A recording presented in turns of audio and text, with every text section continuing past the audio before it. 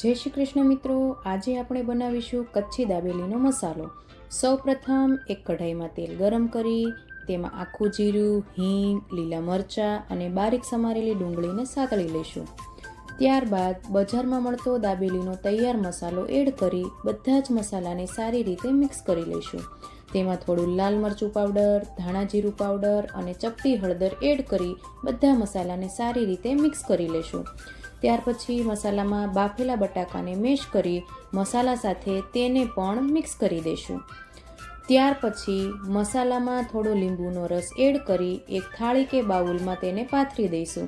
તેના પર બારીક સમારેલી ડુંગળી, મસાલા શિંગદાણા, દાડમના દાણા અને લીલા ધાણા વડે મસાલાને ગાર્નિશ કરી લઈશું। તૈયાર થયેલા આ મસાલાને કાપેલા પાવની ઉપર ખજૂર આંબલીની ચટણી લગાવી મસાલાનું સ્ટફિંગ કરી લઈશું।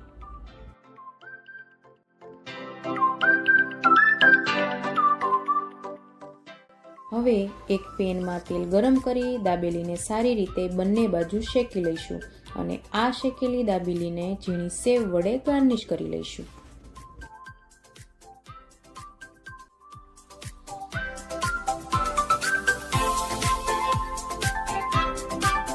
મિત્રો, તૈયાર થઈ ગઈ છે આપણી ઝટપટી કચ્છી દાબેલી। તો તમે પણ આ રેસિપી જરૂરથી ટ્રાય કરજો।